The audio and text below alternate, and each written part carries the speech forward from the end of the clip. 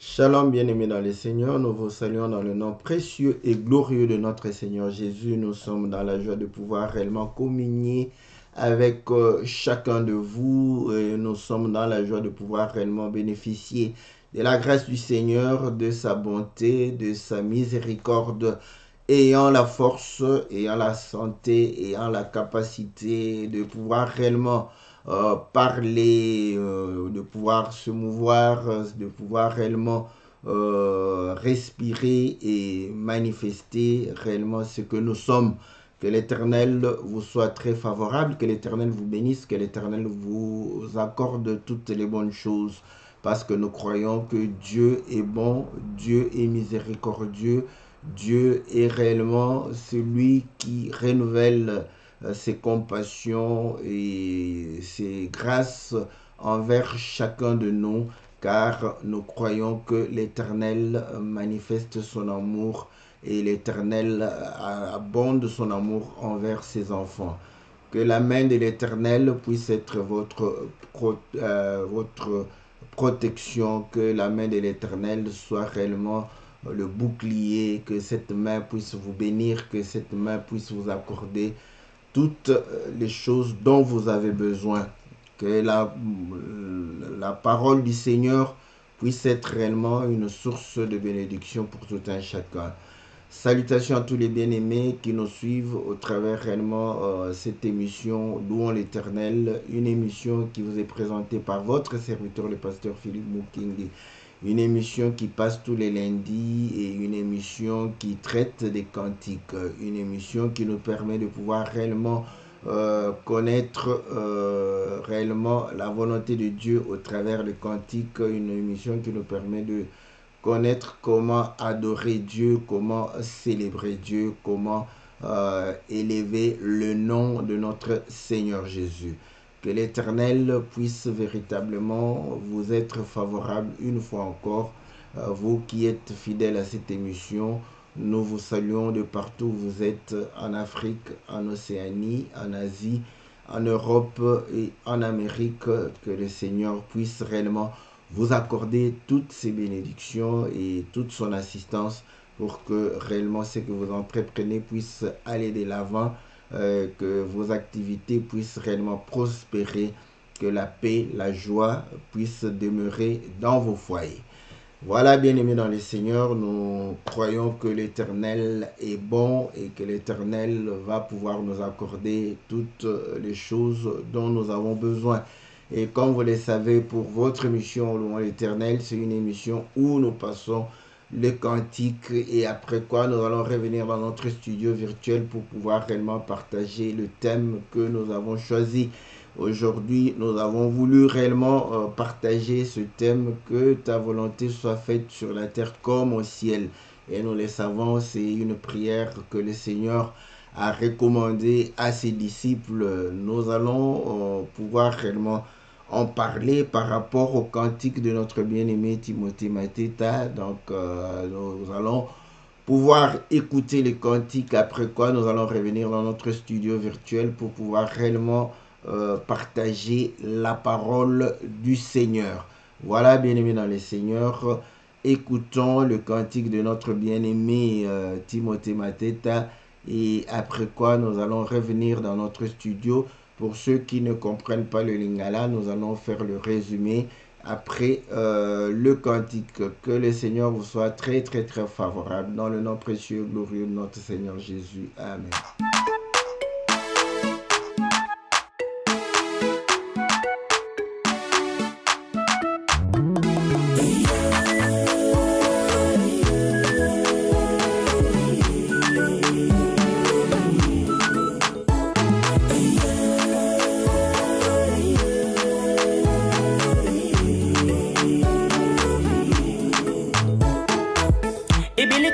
Pendani nango tuyaka kolukana limingo mbanzambe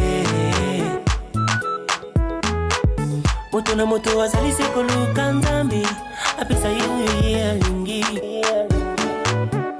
basusu balandi libala bamingi bayeli nondemo misusu baluki kobona ebele tokumbi na biso kutu kopona mateya Soki batei révélation okomona bato bakumwe. Soki batei prophétie okomona bato batelemi. Soki batei connaissance okomona bato basepeli. Kasi soki batei doctrine tobikela bato babaye. Babaye balobi ate yanga bien te. Ata konsekansi mpona bato mosusu ekomi ya négociation bamisusu bapesi ntaba. Tala bato mosusu bakomi kopesa mbongo oh, oh. Nyonso wana babenga bango mpe batei.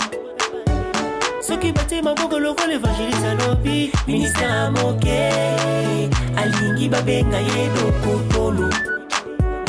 Soki batei maboko lokola pasteur alobi ministère ya moke alingi babenga ye se profeta apôtre.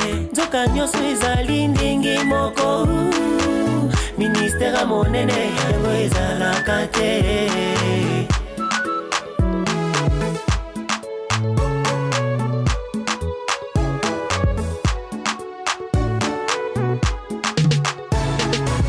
Toyebi malamu ndenge Bible elobi mosala avec pudeur modestie. Bandeko basi mingi bayebi yango. Kasi tala na lingomba ndenge mingi bazali koyela. Eza kopesa mawa kumwa nzambe eza kofingisama. Ata nakata bapagano baza kondima teke bazali baseur en Christ. Papi batei babati ya mobuko batei ya lilo baboli botepika.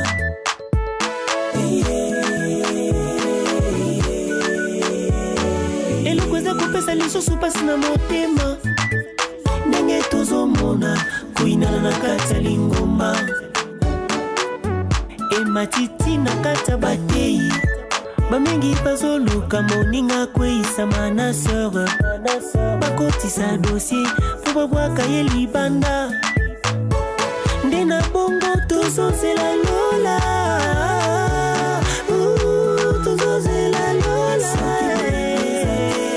Tokokota lola te. Soki bolingo eza te. Tokomama nzambe te.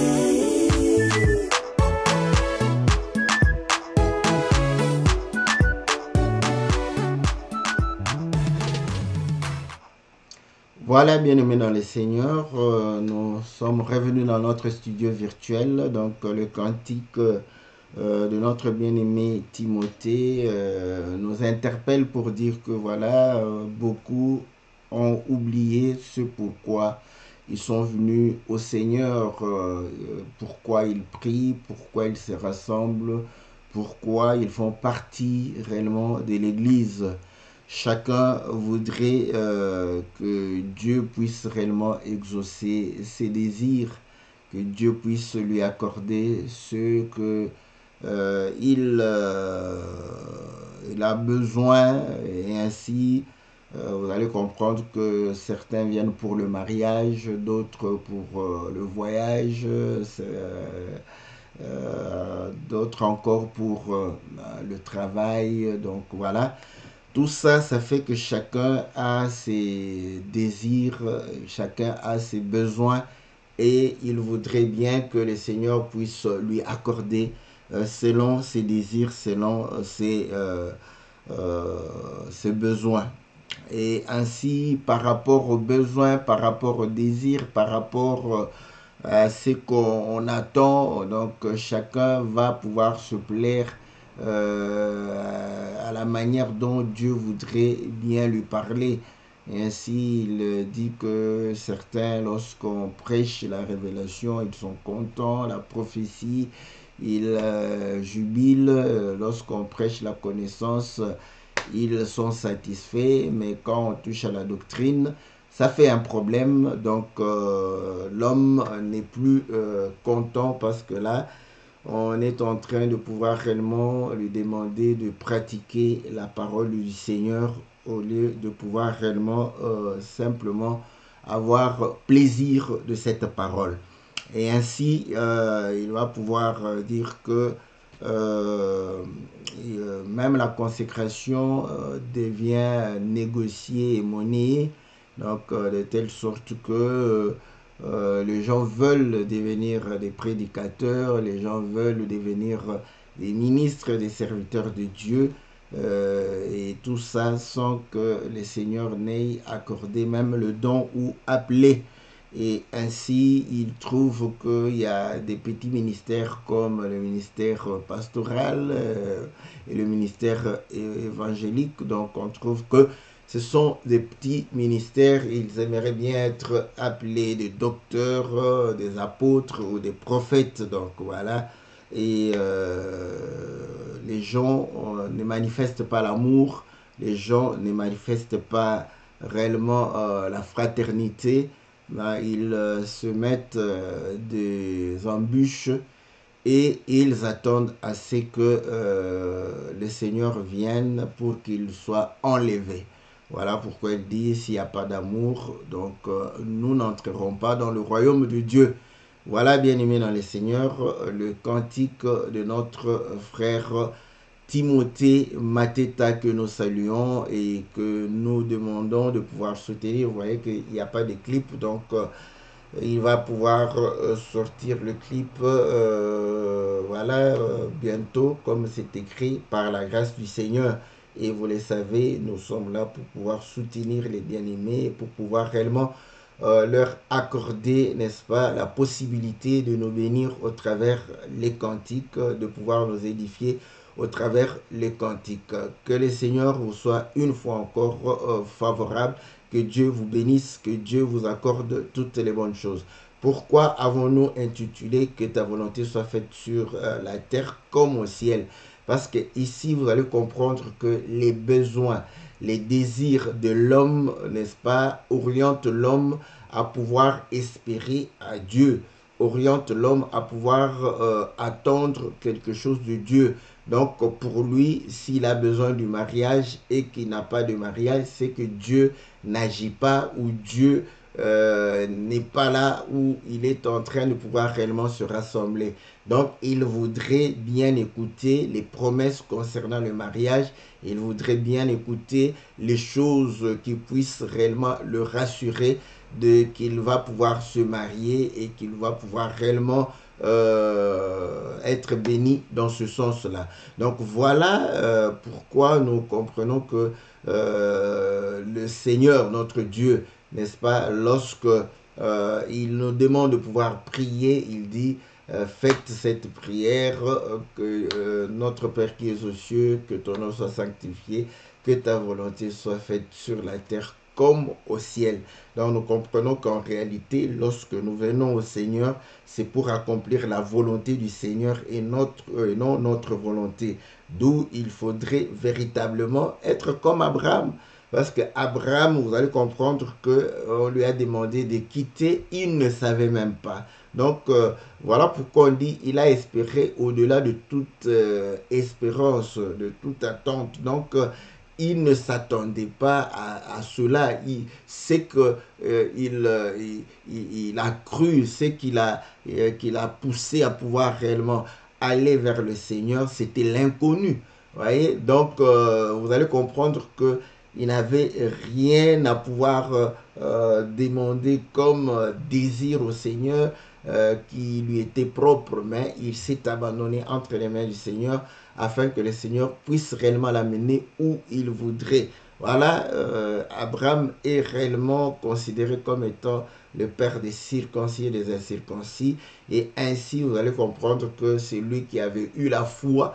Et nous comprenons que par la foi, n'est-ce pas, Abraham va pouvoir marcher en espérant réellement entrer dans la cité dont Dieu est lui-même l'architecte. Donc on comprend qu'il espérait au-delà de ce qu'il pouvait voir avec ses yeux, au-delà de ce qu'il pouvait véritablement manifester comme voilà, désir.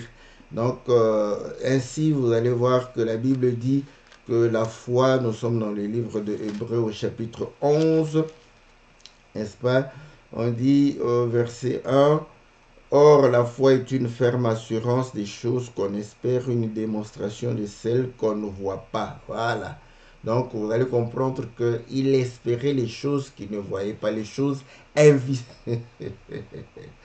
Ça, c'est vraiment ça, les choses invisibles. Voilà. Bon, n'est-ce pas? Je sais que vous allez comprendre qu'on aimerait voilà, recevoir ce que nous désirons sur la terre, mais la foi est réellement la démonstration de choses invisibles. Donc, et ainsi, vous allez comprendre que Abraham, n'est-ce pas, l'Écriture dit ceci dans le verset 9, c'est par la foi qu'il vint s'établir dans la terre promise comme dans une terre étrangère, habitant sous des tentes ainsi qu'Isaac et Jacob, les cohéritiers de la même promesse, car il attendait la cité qui a de solides fondements, celle dont Dieu est l'architecte et le constructeur. Donc on comprend qu'il attendait quelque chose qu'il ne voyait pas, parce qu'il a vu Cana et il espérait à quelque chose qu'il n'a pas vu. Et il a fait la démonstration parce qu'il vivait sur ce qu'il voyait sur la terre comme un étranger, donc citoyen du ciel, comme un citoyen du ciel. Voilà, donc là, vous allez comprendre que si nous comprenons pourquoi nous avons cru au Seigneur, pourquoi tu as cru au Seigneur, qu'est-ce qui a fait que tu puisses réellement suivre le Seigneur. Mais quand on se pose cette question, il faut se poser aussi la question, qu'est-ce que le Seigneur a fait pour nous, pour que nous puissions croire en lui. Qu'est-ce que le Seigneur a dit pour que nous puissions espérer en lui. Qu'est-ce que le Seigneur a enseigné. Et c'est ce pourquoi nous venons au Seigneur. Parce que le Seigneur parle, le Seigneur enseigne, le Seigneur a enseigné, le Seigneur a parlé et c'est ce qui a fait que les gens puissent venir à lui. Mais vous allez comprendre qu'il était accompagné par des miracles, des signes et des prodiges.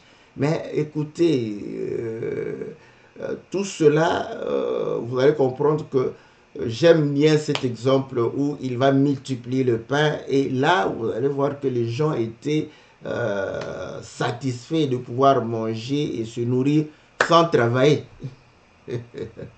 Ils ont dit que non, on aimerait bien être vraiment sous le guide du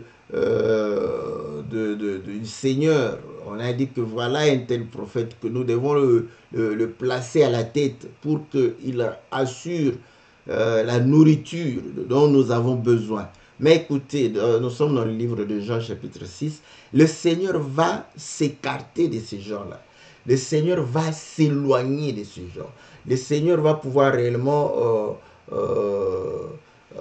aller à côté parce qu'il a compris que ces gens les suivaient pour les choses de la terre. Voilà pourquoi il dit ceci, n'est-ce pas, dans le livre de Jean chapitre 6.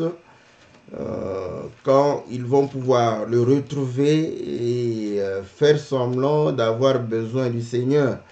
Écoutez ce que le Seigneur va pouvoir dire. Au verset 25, et l'ayant trouvé au-delà de la mer, ils lui dirent, Rabbi, quand es-tu venu ici? Jésus leur répondit, en vérité, je vous le dis, vous ne me cherchez pas, vous ne me cherchez non parce que vous avez vu des miracles, mais parce que vous avez mangé des pains et que vous avez été rassasiés. Vous voyez, donc ils suivent le Seigneur parce qu'ils avaient faim et ils ont mangé, ils étaient rassasiés. Ils suivent le Seigneur parce qu'ils ont besoin de mariage et lorsqu'ils se marient, ils sont contents. Ils suivent le Seigneur parce qu'ils ont besoin d'enfants et lorsqu'ils ont des enfants, ils sont satisfaits. Ils suivent le Seigneur parce qu'ils veulent voyager et lorsqu'ils voyagent, c'est fini. Ils ont obtenu ce pourquoi ils suivaient le Seigneur. Ils suivent le Seigneur parce qu'ils n'ont pas assez d'argent. Une fois qu'ils ont de l'argent, vous allez voir que là, l'attachement au Seigneur sera réellement affecté. Donc, vous allez comprendre, c'est véritablement ce cas ici. Et ici, le Seigneur dit, voilà, vous me suivez parce que vous obtenez des choses de cette terre. Mais écoutez, il dit, travaillez non pour la nourriture qui périt, mais pour celle qui subsiste pour la vie éternelle, et que le Fils de l'homme vous donnera, car c'est lui que le Père, que Dieu a marqué de son sceau. Donc, vous voyez, ce pourquoi nous suivons le Seigneur. Nous suivons le Seigneur pour la vie éternelle. Voilà pourquoi nous travaillons pour les choses qui subsistent. Chacun doit comprendre que s'il est venu au Seigneur, ce n'est pas pour obtenir les choses de la terre, c'est pour avoir la vie éternelle. C'est ainsi que nous aimons très souvent les Occidentaux, parce que ils sont arrivés à résoudre les problèmes, n'est-ce pas, les besoins de première nécessité. Là, ils se sont donné la peine, ils se sont sacrifiés, ils se sont battus, n'est-ce pas, pour assurer, n'est-ce pas, le strict minimum. Voilà pourquoi il y a des droits où on dit que ce sont les droits inaliénables. Donc, on donne à chacun, donc c'est son droit. Et vous savez que même aujourd'hui, l'Internet fait partie des droits. Donc, l'État est obligé de pouvoir donner à sa population, n'est-ce pas, la connexion Internet pour lui permettre à toute la population d'être connectée avec les autres. Donc, vous allez comprendre que dans les villages où il y a difficulté de pouvoir assurer le réseau, l'État subventionne pour qu'on arrive à pouvoir desservir ceux qui sont, n'est-ce pas, dans les, même si ce n'est pas rentable. Donc, ça fait partie maintenant de l'eau et de l'électricité. Donc, vous voyez, donc, à ce moment, vous allez comprendre que regardez et observez les Occidentaux. Depuis qu'ils ont assuré ces choses, les églises se vident. Les églises se vident, ils n'ont plus beaucoup d'adeptes, vous voyez. Pourquoi? Parce que l'homme est arrivé à pouvoir se procurer ce dont il avait besoin. Donc, il faut se poser, voilà. Donc, ceux qui sont dans le besoin, parfois, le langage que nous sommes en train de pouvoir dire, les choses que nous sommes en train de pouvoir prêcher, n'est-ce pas, sont parfois comme de la philosophie. Parfois, ils nous disent que non, c'est un peu l'orgueil qu'on a parce qu'on est peut-être en Europe. Mais je vous dis, c'est la foi que j'avais depuis que j'étais en Afrique. Ça, c'est bien. Vous voyez? Donc, vous allez comprendre que à l'époque, il y a des témoignages comme ça. Les gens, n'est-ce pas, ils vivaient dans n'ayant que le strict minimum, mais prier Dieu et s'attacher à Dieu. Et à l'époque, les gens avaient la crainte, la majorité avait la crainte. Parce qu'à cette époque-là, je vous dis que en tout cas, l'écriture, n'est-ce pas, de 1 Jean, c'était une écriture qu'on vivait facilement. Lisons l'écriture, ouais, ça c'est une écriture qu'on a oubliée maintenant, qu'on ne prêche pas souvent ces écritures. On dit ceci. Voilà. Je suis dans le livre de 1 Jean chapitre 3. Je commence au verset 3. On dit ceci. Quiconque a cette espérance en lui se purifie comme lui-même est pur. Quiconque pêche transgresse la loi, et le péché la transgression de la loi. Or, vous le savez, Jésus a paru pour ôter les péchés, et il n'y a point en lui de péché. Quiconque demeure en lui ne pêche point. Quiconque pêche ne l'a pas vu et ne l'a pas connu. Petits enfants, que personne ne vous séduise. Celui qui pratique la justice est juste, comme lui-même est juste. Celui qui pêche est du diable, car le diable pêche dès le commencement. le Fils de l'homme apparut afin de détruire les œuvres du diable. Quiconque est né de Dieu ne pratique pas le péché parce que la sémence de Dieu demeure en lui et il ne peut pécher parce qu'il est né de Dieu. Ça, c'est devenu de la théorie maintenant. Maintenant, quand on a cru, c'était la pratique. On vivait ça. Aujourd'hui, c'est de la théorie. Quand vous prêchez comme ça, les gens te regardent comme ça. Après, comme on a beaucoup de la connaissance, on dit, mais celui qui est né de Dieu, là, c'est Jésus, non? Ça me fait rire, hein, vous savez. Ça c'est terrible. Non? Les frères sont forts. Ouais. Vous savez, quand nous parlons de... Quand Paul dit que vous pouvez avoir 10 000 maîtres, cependant vous n'avez qu'un seul père, car c'est moi qui vous ai engendré. Là, ils disent que c'est Paul. Ils ne disent pas que c'est Jésus. Ils disent c'est Paul. Mais ici, ils viennent, quand tu lui dis ça, il va te dire, oh, c'est Jésus. Et pourtant, l'écriture est claire. On dit que quiconque demeure en lui. Donc, Jésus demeure en lui. Hein? Bon, moi, je peux croire. Moi j'ai la facilité. Parce qu'il dit, le Père est en moi et je suis dans le Père. Sinon, voilà. Jésus n'a pas péché parce qu'il est né de Dieu. Ah. Voilà pourquoi, lorsque nous demeurons en Jésus, nous n'allons point pécher. Nous péchons lorsque nous sortons de Jésus. Et nous allons ailleurs. C'est là où on pêche. Donc vous allez comprendre que tout ça, n'est-ce pas? Les gens souffraient. Les gens n'avaient pas de moyens.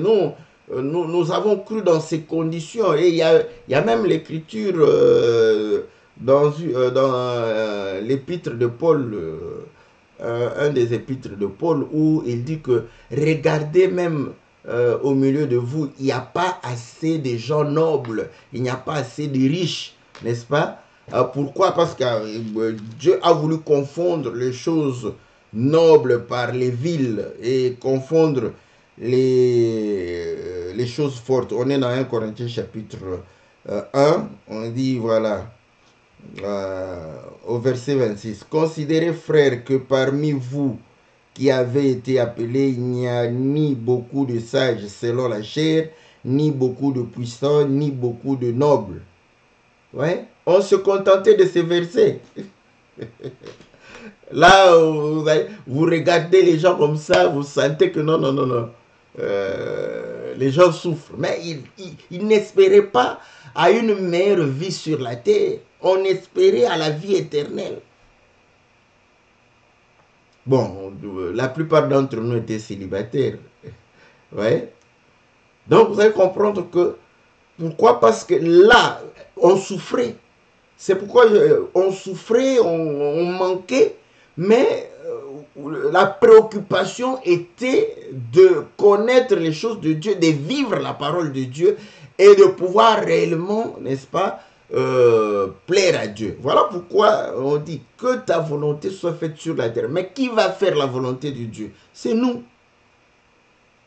Oh, comme au ciel. Écoutez, vous allez comprendre que par rapport au mariage, quand on est venu, on lui a dit que mais après la résurrection, voilà, la femme ici qui avait eu cet homme, qui sera son mari? Le Seigneur dit que vous serez comme des anges. Oui, pas besoin de mariage, pas besoin de promotion, pas besoin d'enfants, pas besoin de... Mais quelle est cette volonté? Parce qu'on dit que ta volonté soit faite sur la terre comme au ciel. Or, pour y être au ciel, vous allez comprendre qu'on se débarrasse de la chair. Quels sont maintenant les désirs de ces anges?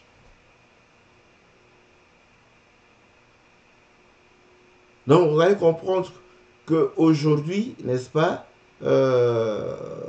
les besoins, c'est vrai, on ne va pas... mais je bénis le Seigneur. Vous savez, il y a moi, je bénis le Seigneur beaucoup d'être en Europe, non pas parce que je mange les beefsteaks et les hamburgers très souvent, mais je bénis parce que je sais que la manière dont je perçois la parole de Dieu, la manière dont je crois la parole de Dieu, c'est plus facile de pouvoir l'enseigner, n'est-ce pas, aux autres. Parce qu'aujourd'hui, vous voyez, la crise, on a la crise, hein, mais aller dans les pays africains, les dirigeants se font massacrer là-bas. Ils se font massacrer. Pourquoi? Parce que y a un problème par rapport au manger, par rapport à boire, par rapport à se vêtir. Ils ont des difficultés. Et ils ont des difficultés de croire que Dieu est avec eux. Mais nous, malgré ça, pourquoi? Parce que les hommes se sont décidés de rendre leur vie meilleure. Ils se sont décidés, et vous savez, j'aime bien l'homme occidental, je ne suis pas complexé, j'aime bien. Vous savez que le développement a été assuré par le fait de la solidarité. Ils ont des mutuelles. Vous croyez que les mutuelles, on les a créées parce que non, ils souffraient. Ils ont compris que chacun dans son coin n'allait pas parvenir à pouvoir se faire soigner quand il tombe malade, tout ça. C'est comme ça qu'ils se sont imaginés que non, si nous faisons bloc, nous pouvons nous soutenir. Ouais. C'est comme ça, ils se sont sacrifiés, ces générations se sont sacrifiées. Je ne crois même pas qu'ils ont fait ça au nom de notre Seigneur. Mais c'est curieux, ils vivent les principes de la parole, mais sans le nom du Seigneur. Voilà pourquoi ça ne peut pas les amener au royaume. Ils se sont soutenus. Ils ont compris que non, le bonheur, pour jouir de son bonheur, il faut que tous ceux qui sont tout autour de toi soient aussi dans le bonheur. Mais vous allez comprendre qu'on prie beaucoup, surtout chez nous en Afrique là-bas. On prie beaucoup. Je crois. Quand on dit, vous voyez, ça ce sont des indicateurs pour voir que il y a des gens qui prient juste pour prier. Mais ce sont des faux frères. Ils font l'aventure dans les choses de Dieu. Le nom de Dieu est cité par tout le monde. Même les féticheurs citent le nom de Dieu. Quand un danger lui arrive, il cite aussi le Seigneur. Oh Seigneur Jésus. Ouais, mais il est féticheur, marabout qu'il est. Voilà. Donc c'est devenu une tradition. Pourquoi? Parce qu'on prie pour pouvoir réellement accomplir ses désirs. Et ainsi, on oublie pourquoi on est venu au Seigneur, pourquoi on a cru au Seigneur. C'est pour la vie éternelle. Voilà. Mais il est Dieu. Voilà pourquoi il dit que si vous cherchez premièrement le royaume et la justice, le reste vous sera accordé. Oui. Mais nous ne prions pas pour ça. C'est pourquoi je dis que nous, on a reçu une bonne formation. Bon, je crois aussi que ce sont les bonnes dispositions aussi que le Seigneur avait mis depuis longtemps, n'est-ce pas? Donc, c'est que nous prêchons ici. C'est ce qu'on a prêché. On a entendu, on a écouté, on a prêché, on a témoigné. Il y a de cela plus de 20 ans. Maintenant nous ajoutons plus de révélations, plus de connaissances, plus... voilà. Mais on n'a pas changé, on est resté droit. Donc, l'homme qui a voulu véritablement assurer le bonheur de tous, voilà comment il est allé de l'avant.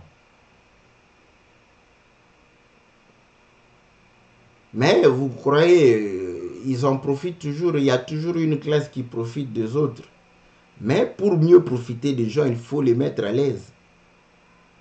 Ça, c'est ce qu'ils ont compris. Il faut le mettre à l'aise. Donc, voilà pourquoi aujourd'hui, quand on veut justifier, mais non, pourquoi les Occidentaux et impérialistes et tout ça, mais c'est le meilleur système adapté à l'égoïsme de l'homme. Voilà, le communisme a échoué. Pourquoi? Parce qu'ils ont voulu être tous égaux. Mais l'homme est égoïste, il ne voudra pas être égal aux autres. Il veut être au-dessus des autres. C'est normal. Le communisme a échoué parce que ça ne correspond pas à l'égoïsme de l'homme. Le socialisme a, n'est-ce pas, s'est essoufflé.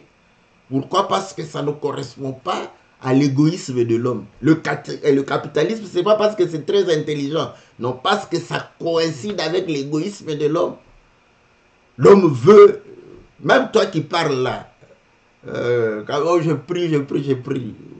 Mais tu vas voir que ta chair, n'est-ce pas? Parce que c'est la même chair. Elle voudrait réellement se satisfaire, voudrait son intérêt. Voilà pourquoi l'Écriture dit que ayez les sentiments qui est en Christ. Voyez l'autre comme étant supérieur à vous. Regardez l'intérêt de l'autre. Voilà. C'est ça. Pas ton intérêt. C'est ainsi que vous allez comprendre que l'Écriture dit que ils se sont fait une foule de docteurs pour entendre des choses qui leur sont agréables aux oreilles. Chacun voudrait, c'est comme ça. Chacun voudrait. Et vous allez, vraiment c'est la chair aujourd'hui. Voilà. Certains, bon, ils ne veulent pas travailler, ils ne veulent pas, comme on dit comme ça, comme on fait le témoignage, ils croient que non, ils doivent croiser les bras. Maintenant, bon, il s'est développé dans la révélation, tout ça, quand on prêche la révélation, il est content. Prêche la prophétie, il est content. Quand on lui prêche la doctrine pour dire que celui qui ne travaille pas, ne mange pas, il se fâche.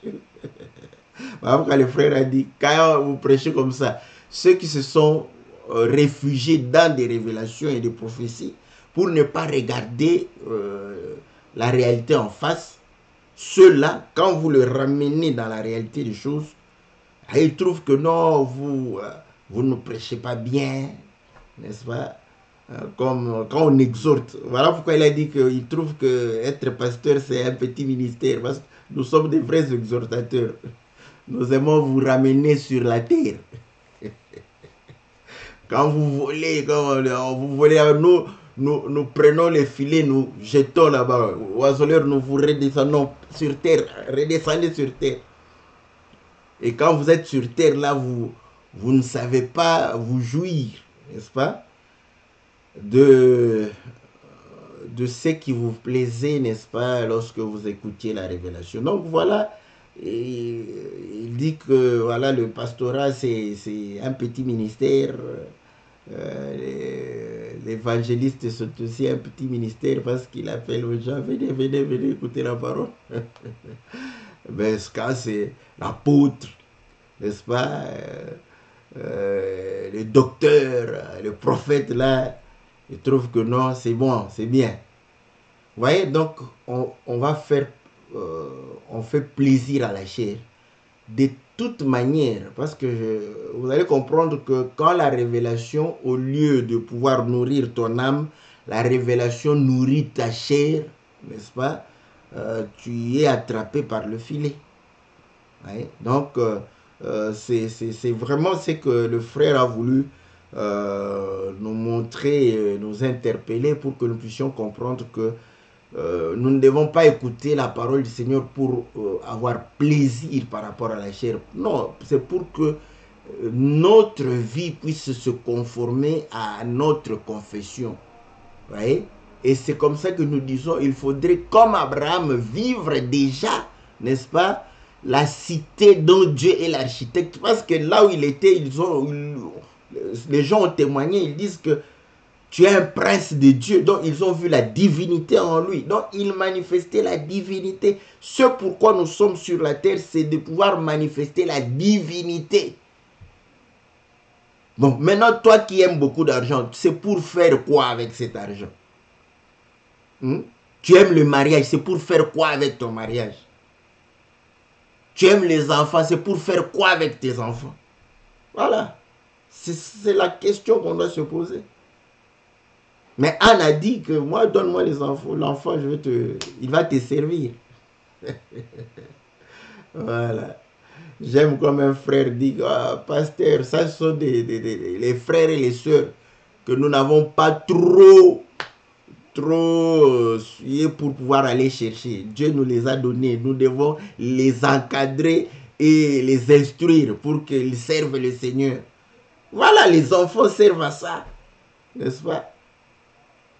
À pouvoir réellement suivre la voie du Seigneur pour servir le Seigneur. Mais pourquoi toi tu veux avoir le travail? Pourquoi? Pour que tu n'aies plus le temps de te réunir au culte. Ça c'est terrible. Ouais. Donc les gens aiment Dieu pour les choses de la terre. Voilà pourquoi vous allez comprendre que quand on aime trop la chair, on voudra bien l'exposer. C'est ce qu'il dit, que les sœurs savent, l'écriture est là. On lit l'écriture. L'écriture, c'est terrible. C'est pas possible. Lisons l'écriture. 1 Timothée chapitre 2. 1 Timothée chapitre 2, verset 9. Je veux aussi que les femmes vêtues d'une manière décente, avec pudeur et modestie, ne se parent ni de tresses, ni d'or, ni de perles, ni d'habits somptueux. Connu, vu, lu de tous. Ils savent, elles savent. Les hommes savent aussi. Même, regardez, c'est parce qu'on aime la chair. Quand tu aimes la chair, tu voudras bien l'exposer. Tu es fier, tu veux partager, n'est-ce pas, la joie, le sentiment que tu as de ton propre corps avec les autres. Alors pourquoi il chante, il dit que même les païens se posent la question. Posent la question, mais oh, mais vos sœurs...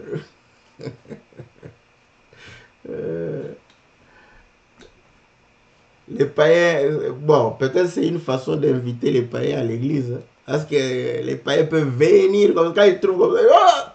Oh, il y a des très bonnes sœurs, des très belles sœurs là-bas. On doit aller là-bas. On doit aller prier. Pendant que vous priez là-bas, eux, ils sont en train de regarder. Et bien, ils disent, oh là là, Seigneur Jésus, vous priez. Et ils regardent parce qu'ils comprennent que mais non, mais voilà. Pourquoi? Parce que les gens veulent entendre des choses qui leur plaisent. Mais quand vous attaquez à ça, vous allez voir que les gens vont fuir. Quand vous leur dites, voilà, l'écriture démontre qu'il faut mettre le voile. Là, elles ne viennent pas. Hein. Elles ne sont pas nombreuses. Dans des églises où on exige, elles fuient la chair. Vous voyez? La chair veut que Dieu puisse s'adapter, n'est-ce pas, à ses désirs. Or, l'écriture est claire. Les désirs de l'esprit sont contraires aux désirs de la chair.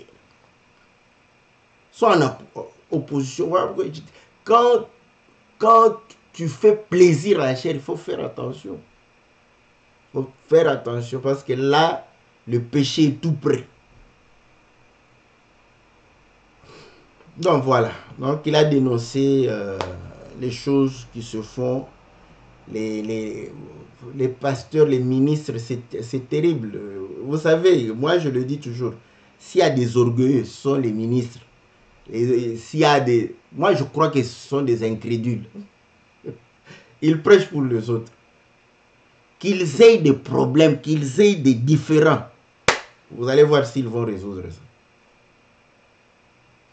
Ne faites pas semblant. Vous savez, quand ce sont des communautés différentes, ça, ils font semblant de se réconcilier dans une même église. Vous avez 3 pasteurs et qu'il y ait discorde entre les pasteurs. Vous allez voir s'ils vont se réconcilier. Faites les statistiques. Vous voyez s'ils vont se réconcilier. Ils ne vont pas se réconcilier. Mais comment eux, quand les frères sont dans des problèmes, ils demandent aux frères de se réconcilier. Frère, si tu es dans une église où le pasteur a refusé de se réconcilier avec son collègue, le jour où tu auras des problèmes, Quand il ouvre sa bouche pour te parler, tu lui dis, va te réconcilier avec ton collègue. Après, tu viens, je vais me réconcilier avec mon frère. Parce que ça, c'est terrible. Pour les pasteurs, ça, c'est terrible encore. Donc, pourquoi? Parce qu'en fait, l'homme est égoïste. L'homme ne veut que son intérêt. Et aujourd'hui, on croit qu'on peut tromper Dieu. On ne trompe pas Dieu. Il sonde les cœurs et les reins. Donc, il sait pourquoi tu es venu. Et toi-même, tu sais pourquoi tu pries le Seigneur, pourquoi tu as cru. Tu sais. Si ce n'est pas pour la vie éternelle, frère, sœur, tu dois te convertir. Voilà. Voilà ce que nous pouvons véritablement partager, n'est-ce pas, avec le bien-aimé Timothée, n'est-ce pas? Donc, nous vous prions de pouvoir véritablement chercher d'abord l'intérêt de la parole. C'est simple, parce que il y a des astuces. Vous savez, bon, quand moi je fais ça, parfois quelqu'un va commencer à dire, oh non, ce n'est plus l'esprit. Moi je te dis ce que le Saint-Esprit me fait. J'ai mes petites astuces pour ne pas, n'est-ce pas, sortir en dehors de la parole. Ce sont les petites astuces que vous devrez avoir. Vous savez que humainement, c'est normal, on préférerait avoir tort devant Dieu que devant un homme. Voilà pourquoi les astuces, c'est de vouloir plaire à Dieu, pas à l'homme. Parce qu'à l'homme, tu auras tendance, c'est comme ça quand quelqu'un se fâche. Beaucoup de nos frères le font. Ça, dès qu'ils le font, je dis, bah, heureusement que ça, Dieu m'a déjà fait comprendre comment t'attraper. Là, il dit que non, je ne veux pas être hypocrite. Je ne veux pas être hypocrite. Ah bon, tu ne veux pas être hypocrite. Tu veux faire quoi? Donc, tu veux te venger. Tu veux faire quoi? Qu'est-ce que tu veux? Tu veux le faire. Parce que tu n'es pas hypocrite. Oui, tu n'es pas hypocrite. Tu es un païen. Parce qu'il n'y a qu'un païen qui voudrait se faire venger. Un païen qui voudra réellement rendre le mal pour le mal. Ça, c'est un païen. Bon, tu nous as dit, tu n'es pas hypocrite. C'est que tu es païen. Ouais? Donc, le fait de ne pas être hypocrite ne t'enlève pas le devoir d'accomplir la parole. Voilà. Maintenant, comme il t'énerve, ouais, donc tu as des difficultés de t'humilier parce que tu vas te dire que il va croire que j'ai tort. Ouais, parce que tu le regardes. Mais si tu regardes le Seigneur, tu vas comprendre que Seigneur, qu'est-ce que je dois faire là-bas? Si le Seigneur te dit, bon, non, humilie-toi, bon, en tout cas, fais passer. C'est fini, tu fais. Même si l'autre te dit, ah, vous voyez, c'est moi qui avais. Ça, c'est son problème parce que toi, tu fais pour le Seigneur. Ça, ce sont des astuces qui vont te donner la force de pouvoir accomplir la parole du Seigneur. Mais quand tu regardes à l'autre, c'est fini. Quand tu les regardes comme ça, tu vas voir le diable avec des cornes et une queue là. Là, tu ne voudras pas céder. Tu dis non, je ne céderai pas au diable. Quand tu les regardes, je te dis, quand tu vas le regarder, tu vas voir ça. Le diable qu'on te dessine avec des cornes. Tu vas le voir. Tu vas voir ton frère comme un diable. Et tu te diras, non, je ne peux pas céder à cela. Mais quand tu regardes dans la parole va te dire que non, en tout cas, laisse-le. Humilie-toi. Garde silence. Voilà, excuse-toi. Il t'a pas compris. Et tu le fais calmement et puis c'est tout. C'est que lui, il va faire. C'est son problème à lui. C'est pas mon problème. Mon problème, c'est Dieu. Bon, c'est comme ça. C'est comme ça que on a la facilité de... Bon, je vous dis, bon, je ne sais pas, que Dieu me garde, hein, parce que moi, j'ai toujours dit... Je ne vois pas de grands problèmes. Je ne le vois pas. Oui, je m'énerve, mais bon, voilà. Je n'aime pas regarder aux hommes. Voilà. Donc, ce sont des petites astuces. Et je crois que c'est ce que la parole nous recommande. Voilà, bien aimé dans le Seigneur, nous allons pouvoir mettre un point virgule ici. Donc, que le Seigneur vous soit très favorable. Nous sommes réellement ravis de pouvoir vous servir et nous croyons que votre soutien, n'est-ce pas, va pouvoir réellement permettre au chantre de bien évoluer. Que le Seigneur puisse vous bénir. On se retrouve le lundi prochain dans le cadre de notre émission Louons l'Éternel et le mercredi pour que la Bible parle. Que Dieu vous bénisse au nom puissant et glorieux de notre Seigneur Jésus. Amen.